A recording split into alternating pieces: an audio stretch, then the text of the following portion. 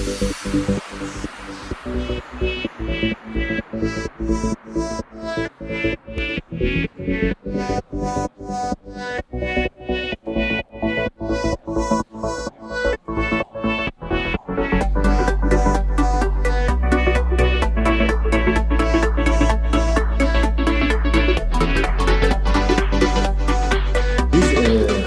үчүн мисалы буга чейин Blue Press агенттиги көптөгөн китептерди которгон, ал китептер көбүнчө өзгөрүүгө багыт алган, өзгөрүүгө умтулган, коомду ошол баягы бир сөз бар эмеспи, өзүңдү бил, бирок ошол убакта өзгөрүү да бил дегендей. Ошол багыттагы китептерди которчубуз. Ал эми бүгүн биз Сингапур билим берүү системасы жана парадокстордун күчү деген китепти котордук. Биз эмне үчүн алгач ушу китептин сырткы мукабасы боюнча дагы айтып өтөйүн, эмне үчүн ушундай койдук. Анткени биз ар бир сөзгө, ар бир сүрөткө абдан маани берип жасадык. Бул сыртында шам күйүп турат, анан пилдин сүрөтү турат, элеси. Эмне үчүн баягы бир икая бар эмес, бир окуя. Баягы бир киши айылына, пил көрө элек айылына, элине пил алып барат дагы, анан аны үңкүргө камап коет, анан үңкүрдө шам жок, жарык жок болгондугуна байланыштуу эл келип бир кулагын кармап, бул эмне, бир бутун кармап, бул устун го деп ар ким ар кайсысын айтат, бирок ошол жерден бирөө эч кимдин баягы оюна шамды күйгүзү келбейт да. Бул икаянын негизги айтайын деген максаты, эгер коомдо ушу билим берүүнүн орду ушу шамдын ордундай да. Эгер ошол жерде шам болгондо алар дароо эле ал бир пил деген жаныбар экенин көрүп алышмак, билип алышмак. Эгер биздин билим берүү системасы дагы коомубузга ошол Сингапурда билим берүү системасы кадимкидей бир микрокосмос экен да. Ошол сыяктуу бизде дагы ушу билим берүү системабыз шамдай болуп күйүп жанып турганда, биз анда бүгүн башка өлкө болмокпуз. Анан ошондуктан биз атайын ушундан баштадык, өзүбүздүн баягы месседжди айткыбыз келди. Ушул китептин автору өзү биздин ар бир ачылышта негизи авторлор түз байланышка чыгып келген окурмандардын суроолоруна жооп берчү.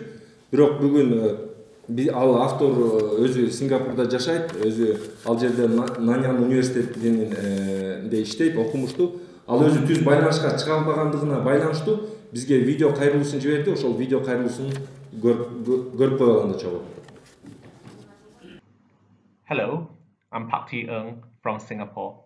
Thank you for inviting me here.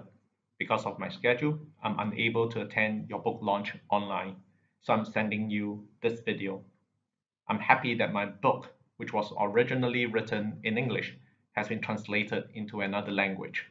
Анда мен иш чараны баштап, кийинки сөздү ошо көптөн бери билим берүү системасына салым кошуп келаткан, негизи билим берүү тармагында көп алгылык иштерди алып барган биздин Кыргыз Республикасынын Жогорку Кеңешинин депутаты Абдулахат Нурбаев агабызга сөз берели. Алгач сөздү сизге берсек. Китепти которуп чыгарган ушул Жанибек мырзага командасы менен чоң ыраазычылык билдиргим келип кетет. Экинчиден биздин ушул Султан Тукешев мырзага ушул китепке демөөрчүлүк кылып жардам берген үчүн. Мен ойлойм, бизде негизи көп ушундай жакшы иштерди мамлекет эмес, ушундай элден чыккан жөнөкөй адамдардын бул адапта коркпакта ушун сүйүнтөт. Анткени элдин арасынан бар биздин ошондой мыкты, жүрөгүндө элге, өлкөгө болгон сүйүү сезим бар адамдарыбыз көбөйө берсин, көбөйүп атат. Мына ушулар менен биздин өлкөбүз өнүгөт деген чоң бир ушундай жакшы үмүтүм бар да келечекте. Негизи биз буга чейин ушул Blue Press чыгарган баягы Кылычсыз самурай деген китебин көрбөдүкпү? Негизи эле ийгиликке күч менен эмес, акыл менен, илим менен ар дайым жаңыланып туруп жете турган нерсесине. Азыркы убакта ошо Кылычсыз самурай биздин жаштар студенттер эң көп окуп аткан китептердин бири болуп атат да. Кечээки октябрда шайлоо болду, бийлик кетти, анан биз качан оңолобуз, 3 жолу революция болду деп айтып атабыз, бирок мунун бир гана оңолуунун бир гана жолу бар экен, бул качан биз билим берүү тармагын оңдогондо. Качан биз билим берүү тармагында мугалим биздин ушул коомдогу эң ардактуу кесип, эң көп айлык алган, эң жакшы адам, баары сыйлаган адам болгондо, мына ошондо башка жолу жок экен. Азыр эң кыйын президентти алып келсек деле, билим берүү тармагын оңдой албасак, ал кыйын экен. Ошон үчүн баягы тарбия деген сөз эми Советтер Союзунан калып кеткен нерсе, бул өзү бул колдоо, багыттоо, кубаттоо деген сөз болуш керек да. Негизи эле мен ойлойм, бул китепте дагы биз ушул көп окуп, биздин мугалимдерибиз алып туруп, анткени кайсы коом, кайсы адам ар дайым жаңыланып, изденип, өзүн реформа кылып турса, ошол коом алдыга жылат экен да. Анткени азыр глобализация алкагында дүйнө кичинелеп атат, мамлекеттердин ортосунда атаандаштык өтө чоң. Келечекте биз улут катары, өлкө катары сакталып өсөбүз десек, ар дайым изденип, өзүбүз жаңыланып турбасак артта калып кете беребиз. Анткени улуттун сапаты ар бир адамдын сапатынан да. Ар бирибиз сапаттуу болсок, улут сапаттуу болот, анан өлкө өнүгөт да. Ошон үчүн мен дагы бир жолу мен ойлойм, бул китептен биздин ушул мектептеги мугалимдерибиздин, жалпы эле ата энелер дагы көп нерсе алып, келечекте бир китеп дагы бизде ошол эң негизги болгон билим берүү тармагын өркүндөтүүгө, алдыга жылга чоң салым түшөт деген ишеним бар. Дагы бир жолу сизге чоң рахмат. Саламатсыздарбы, урматтуу бүгүнкү сонун китептин бет ачарынын катышуучулары. Бул эң пактинин Сингапур билим берүү системасы жана парадокстардын күчүн ар бириңиздер окуп чыгууңуздарды сунуштайт элем. Ушул кыргыз тилинде ортомчусуз англис тилинде же орус тилинен которбой, орус тилинен кыргыз тилине которгондо да бир аз мааниси өзгөрүп кетет. Англис тилинен түптүз кыргыз тилине которууга чоң мүмкүнчүлүктөрдү жараткан Жаныбек сизге жана сөзсүз түрдө биз эмнени кыялдансак дагы анын жанында каржылоо маселеси чечилмейинче кыялдан кала берет. Ушул Жашыл клиникасынын белгилүү врач, новатор врач Султан агайга терең ыраазычылыгымды билдирем. Бул эмнени билдирет? Демек, бүтүндөй коомду өнүктүрө турган алдыңкы новаторлор, бизнес новаторлору билим берүүгө багыт алганы, бул демилгенин болушу, бул өтө жакшы көрүнүш. Биз дүйнөгө агартуу менен гана кире алабыз. Сингапур айтып атат, бизде эчтекебиз жок деп. Эчтекебиз жок. Эң чоң экономикалык кризисти башынан өткөргөн. Бирок алар кантип өнүгүп кеткендигин абдан жөнөкөй тилде жазылыптыр. Академиялык терминдер жок. Кээде китепти түшүнбөсөң, эки башын карап туруп эле аягына кире албайсың. Түнү менен окуп мен көчө алдым, Жаныбек агай, өзүмө керектүү нерсенин баарын белгилеп туруп анан бүгүн президенттикке бараткан, парламентке бараткан, же болбосо системаны багындырам, иштейм деген ар бир инсандын колунда ушул кол дептери болуш керек. Издегенин баардыгын табат бул жерде. Эң жакшы нерсе айтып атат. Биз санга эмес, сапатка багыт алып иштөө мүмкүнчүлүгүн түздүк деп. Мен убактыңыздарды албайм. Сөзсүз сатып алыңыздар, бекер албаңыздар. Бекер алганда баркы жетпейт. Бул эмне деген мээнет кетти. Силер единицаны бир күндө 100 сом кыргытып коесуңар, балдарыңарга кошо ыргытып коесуңар. Китеп окуу маданиятын, салыштыруу, талдоо, издөө, анан аналитикалык жол болсо бул жерде да айтып атат. Биринчи сынчыл ой жүгүртүү. Биз эмне уксак эле азыр жанагы Facebook эмнени сүйлөп койду, тигил бул эмнени сүйлөп койду, маалыматты талдоо компетенттүүлүгүбүз жок. Мына ошол жерде карап көргүлөчү, эмне дегенди айтып атат. Бүткүл дүйнөдө академиялык эркиндик берип атат. Мыйзам чегиндеги коюлган ишти жеткирүүдө эркиндик берели деп атат. Директорлор түбөлүк директор жок экен бул жерде. Мен 30 жыл директор болдум деп мактанабыз. Жок. Изден, иште, кыймылда. Түбөлүк мугалим жок экен бул жерде. Мугалим мыктыны мыктысы барат экен. Мен дайым ушу мугалимдер менен иштегенде айтам. Мен мугалимдерге таарынам деп айтам кээде. Эмнеге дейт? Биз аз зарплатка иштеп жүрөбүз дейт. Бирок жакпаган жумушка иштебей кетип калыш керек. Анткени жашоон кыскарат, дайым антистрессте жүрүп тура, стрессте жашаган. Мамлекет аз сомун акча төлөп берип атат. Аз китеп болсо да берип атат. Жылуулугун камсыз кылып атат. Бирок эмне үчүн биз натыйжа бербей атабыз? 1-класстан баштап 11-класска чейин орус тили бар, орус тилин билбеген балдар чыгат. 1-класстан 11-класска чейин англис тилин берип атат, англис тилин билбеген балдар чыгат. Башка айтканда, бул жерде өтө чоң мугалимдин ал система үчүн эмес, бюрократия үчүн эмес, ал өзүнүн өнүгүшү үчүн жасаган мыкты мамилелерди көрсөтүп атат. Сиздерге чоң рахмат. Сөзсүз сатып алыңыздар. Фингер эметинде сатып алыңыздар. Кенже курактагы балдарды өнүктүрүүдөгү 20 кеңешти да сатып алыңыздар. Тойго барбагыла, азыраак баргыла. Бирок балдарга көбүрөөк көңүл бөлгүлө. Балдарга тамга болгула. балдарга багыт болгула. Сиз окубаган китепти балаң эч качан окубайт. Сиз жасабаган пайдалуу өнүгүү көндүмдөрүн сиз жасабасаңыз балаңыз эч качан жасай албайт. Бул күзгү, чагылдыруу. Ошондуктан баарыбызды билимдүү болууга чакырабыз. Андан көрө жөнөкөй бололу, азыраак тамак жейли, чакан оокат күтөлү, бирок күчтүү балдарды тарбиялап чыгалы. Сиздерге алкыш. Чоң рахмат эже, абдан жакшы сөз болду. Чындыгында эле негизи сатып алган жакшы, анткени биз башында китеп чыгарганда бекер берчүбүз, анан кийин бир канча убакыттан көрүшүп каласың ал киши менен. Анан китептин башка жерде жатканын көрүп анан кейисиң, анан керектүү киши өзү сатып алат экен, кереги жок киши жылмайып өтүп кетет экен дегендей.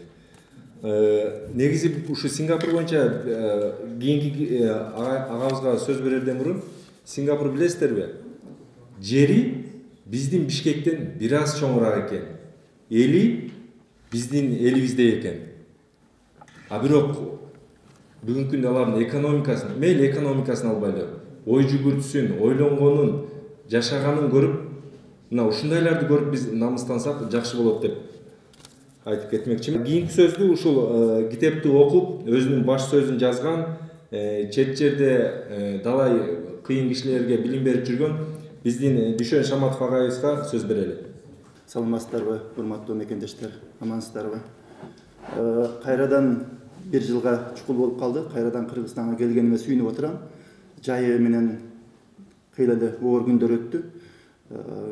Качан ушу мекенибизге барабыз, ушундай кучак жайып учурашабыз деп сагыныч менен жүрдүк. Кандай деген мыкты инсандарыбыздан айрылып калдык делек. Бүгүн башка себептер менен, мындай жакшы себептер менен теманы өзгөртө берейин. Ушу Жаныбектин мыкты балдарыбыз дайыма бизге, мисалы үчүн, баардыгыбыз англис тили дароо эле окуп кетип, же болбосо чет тилдерди окуп кетип, ошол дүйнөлүк эбегейсиз көп болгон изилдөөлөрдү, китептерди окуган азырынча мүмкүнчүлүк болбой атат. Бирок ошону түшүнүп, мынау Бакытбек отурат, Жаныбек, мыкты жигиттерибиз, кыздарыбыз өздөрү ушу китептерди таап, өздөрү окушуп, кой ушуну мен досторум да окусун деп туруп которуп, башка биздин окурмандарга жеткизип берип атканы кандай сонун. Себеби өзү окуганда мындай ушунчалык окумагандан кийин демек биз башкаларга да пайдасы болот деп туруп эме кылып которгону. Ушул бүгүн ушу бет ачарына отурганыңыздарга мен дагы ушул Жаныбекти жана биздин ушу мыкты инсандарыбызды, жаштарыбызды мындай куттуктап кетем. Ал эми мен кыскача эле сүйлөйүн, көп деле эме кылбай, мындай башка биздин мекендештерибизге дагы кезек берип 3-4 нерсеге эле токтолуп кетейин. Биринчиден, Казакстанда акыркы жылдар иштеп жүрөм да. Ал жакта иштеп жүргөндө бир мыкты программасы менен таанышып калдым. Атайын бизге илимпоз катары суранып калышты. Акыркы 25 жылдан бери Казакстандын мактанычы болгон Болашак деген программабыз бар. Ушуга 13 000 адам барып окуп келди. Кээ бирлери калып кетти, кээ бирлери келди, көбү келди кайра. Дүйнөнүн эң мыкты окуу жайларында окуганы биз жөнөттүк. Ушуларды анализ кылып бергилечи, пайдасы тийди экен ар кандай структурага деп айткандан бир команда түзүп изилдеп көрдүк. Чындап эле мактанарлык программасы бар экен. Дүйнөнүн өтө сонун университеттерине барып, ошону толук каржылайт экен да, өтө тандоосу да катуу тандайт экен Болашак программасы боюнча. Бирок тарыхын изилдеп атсак, бул Союз таркагандан кийин ошол Казакстандын президенти ошол учурдагы ал өлкөнү кантип өнүктүрөбүз деп ойлонгон экен да, ойлонуп, ушу алдыңкы өлкөлөрдүн тажрыйбасы менен таанышып, Сингапурга барып калат экен. Ошондо Ли Куан Ю менен жолугуп отурганда бир пикир алышып атканда Ли Куан Ю айткан экен. Өлкөнү кантип өнүктүрөм десеңиз, ал мындай бир өтө жакшы пикирди айткан экен да. Эгер өлкөнү өнүктүрөм десең, сен ушул адамдын ресурсун өнүктүрүүгө баардык каражатыңды жумша деген экен да. Кээде бизде мындай экономисттер башкалар ойлоп калат да, Кыргызстан кое турчу ушу билим берүүнү, башка нерсени кое турчу, экономиканы оңдоп алалы, анан кийин акчаны көбөйтөбүз деген кээде ойлор болуп калат экен да. Жок, бири-бирине жолдоо болбош керек экен. Ошол эле учурда Сингапурдун, Түштүк Кореянын тажрыйбасынан эмнени көрүп атабыз? Тескерисинче билим берүүгө көңүл буруу менен өлкөнү өнүктүрсө болот деген мисалы болуп атпайбы? Мындай жакшы сөздөр агай токтолбой эле аягына чейин айтып койсоңуз болмок, оюңуз жеткирип, бирок ошентсе да чоң рахмат. Негизи бул китеп билим берүү системасы жөнүндө деп атпайбы? Көбү туура эмес ойдо болуп калышы мүмкүн. Бул билим берүү системасында иштеген адистерге, мугалимдерге ылайыктуу китеп эмес. Мектеп бир гана мугалимдерден турбайт. Ал жерде ата-эне бар, баласын окуткан ата-эне бар, окуучу бар. Анан ошо ата-эне да билиш керек. Балама кандай билим керек, балама мугалим эмнени үйрөтсө, кандай билим берүү реформалар болсо деген. Ошондуктан бул китеп баардыгына арналат. Баардыгыбыз окушубуз керек. Анда программаны кыскача айтып коеюн. Азыр ушундай агай эжейлерибиз сүйлөп китепти жиликтеп берет. Андан кийин сүйлөп бүткөндөн кийин сыртта фуршет деген жиликтер бар. Анан аны сыйтамагыбызды жеп алып анан тарайбыз. Анда кийинки сөздү мен Кыргыз Республикасынын президентинин алдындагы мамлекеттик тил боюнча улуттук комиссиянын төрагасы Назаркулов Шекеев агай сизге берели анда.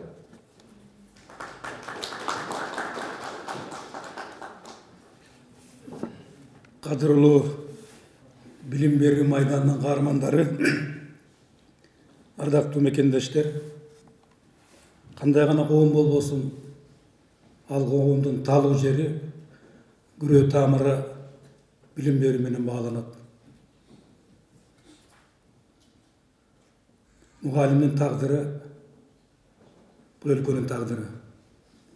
Мектептин тагдыры бул мамлекеттин тагдыры. А мектептин келбети өзгөрсө эмне болот? Коомдун келбети өзгөрөт. Мына өткөндө революция болду.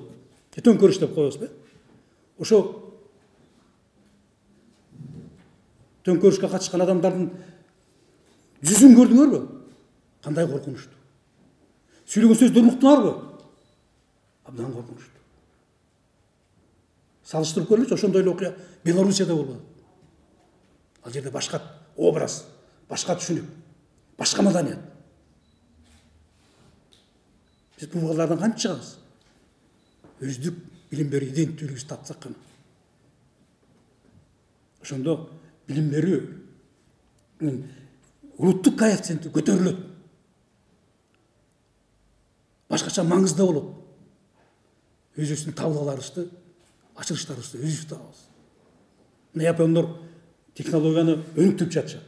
Алда кетишти, алар өзүнүн келбети менен барбады. Өзүнүн ой жүгүртүүсү менен барбады.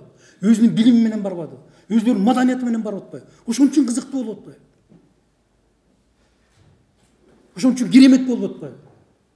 Ошондой мейкиндикке биз чыгышыбыз керек. Ошондуктан эң башкы нерсе билим берүүнүн мазмуну этно баалуулуктар менен жалпы классикалык билим берүүнү айкалыштырган синтез деген мейкиндикти табышыбыз керек. Мен абдан ыраазымын. Ушул Сингапур билим берүү системасы деген китеп, мен ойлойм, мугалимдер үчүн, жалпы педагогика илими үчүн абдан баалуу булак болуп калат. Биз бул жерден абдан табылган ойлорду табабыз деген ишеничим да, үмүтүм да зор. Ишиңиздер ийгиликтүү болсун. Анан биз ишти бирөтөлүп бүтүрүп кетпейли, каршы болбойсуздарбы? Биздин бир сыйлыктарыбыз бар, тапшырып коелу. Да биздин бир иш чарабыз бар эле, туура түшүнүңүздөр. Бүгүн аябай жыл аягы ушундай болуп кетет, жыл аягычы. Кечирип коесуздар. Номер 66 буйрук. 15 декабрь 2020 жыл сыйлоо жөнүндө. Кыргыз Республикасынын президентинин 2010 жылдын 21 декабрындагы номер 365 жарлыгы менен бекитилген Кыргыз Республикасынын президентине караштуу мамлекеттик тил боюнча улуттук комиссия жөнүндө жобонун 11 пунктуна ылайык буйрук кылам. Мамлекеттик тилди өнүктүрүүгө жана тил саясатын өркүндөтүүгө кошкон зор салымы үчүн көп кырдуу медициналык борбордун директору Тукешев Султан Кыргыз Республикасынын президентине караштуу мамлекеттик тил боюнча улуттук комиссиянын ардак грамотасы менен сыйлансын.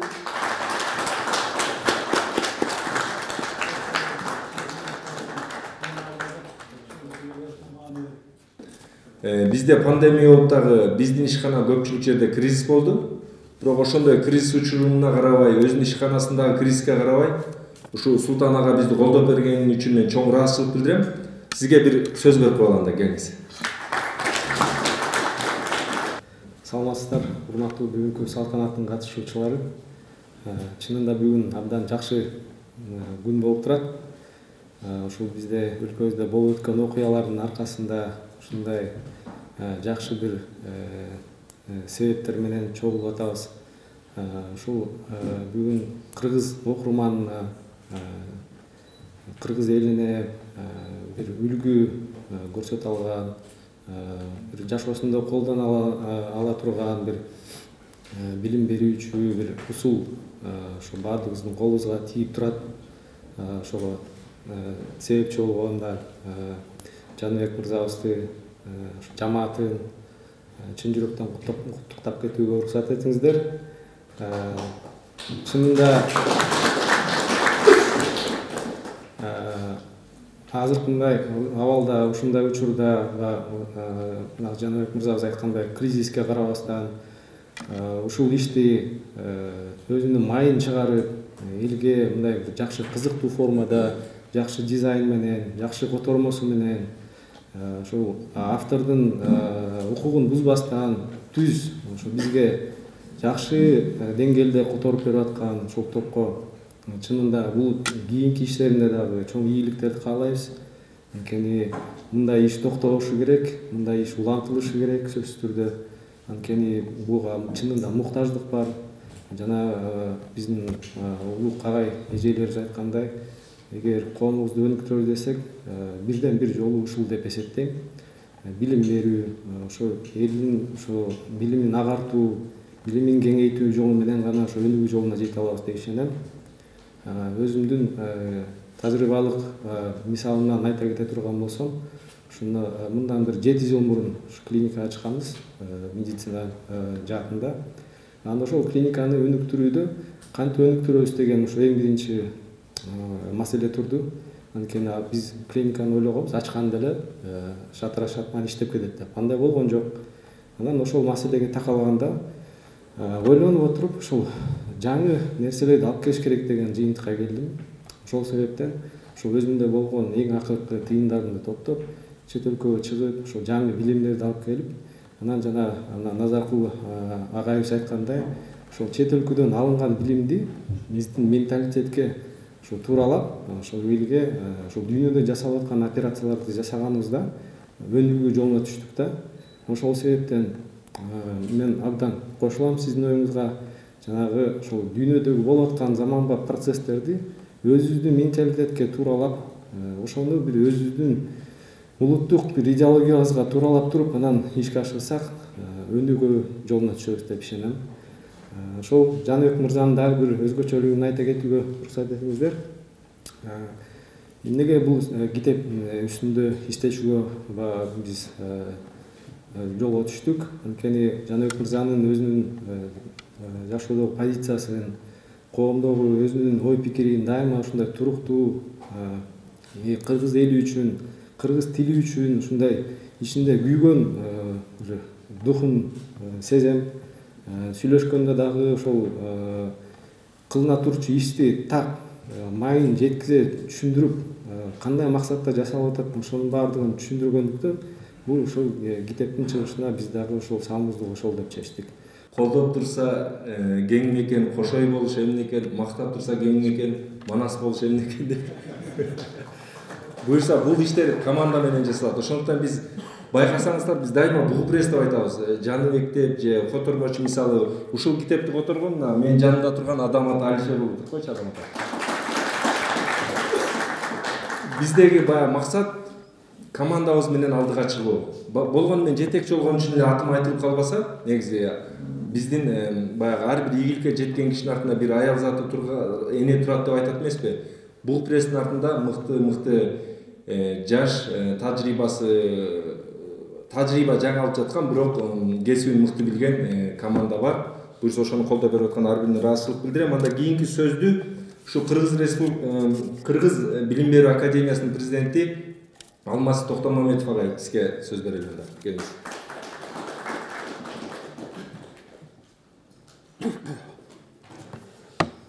Рахмат. Урматтуу бүгүнкү аземдин катышуучулары, урматтуу кесиптештер. Мен бул китепти алганыма 2 күн болду эле. Түнү саат 5ке чейин окудум да, эртең менен кийин. Анан китепке ушунчалык берилип алгандан кийин кайра укташың да кыйын болот экен. Уктабайт экенсиң. Ушунчалык бир дем күч менен Буга чейин дагы Кылычсыз самурай деген китепти бергенде ошондой акыбалда болдум эле.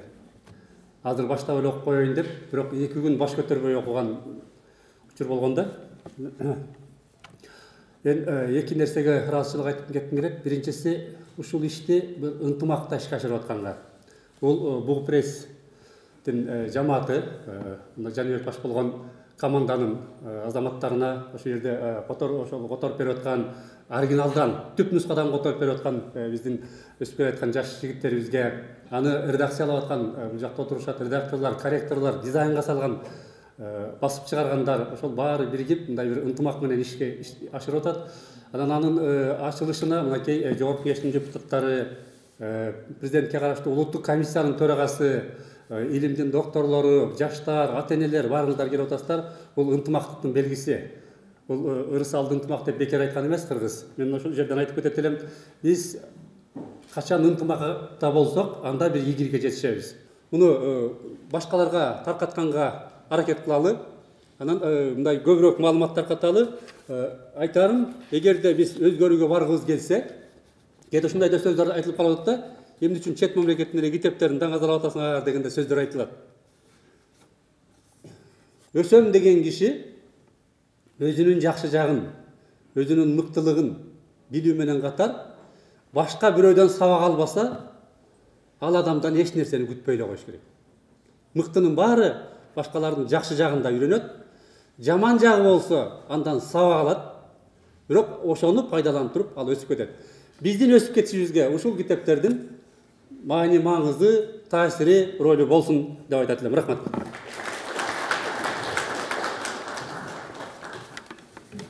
Анда негизи азыр ага айтып өтпөдү.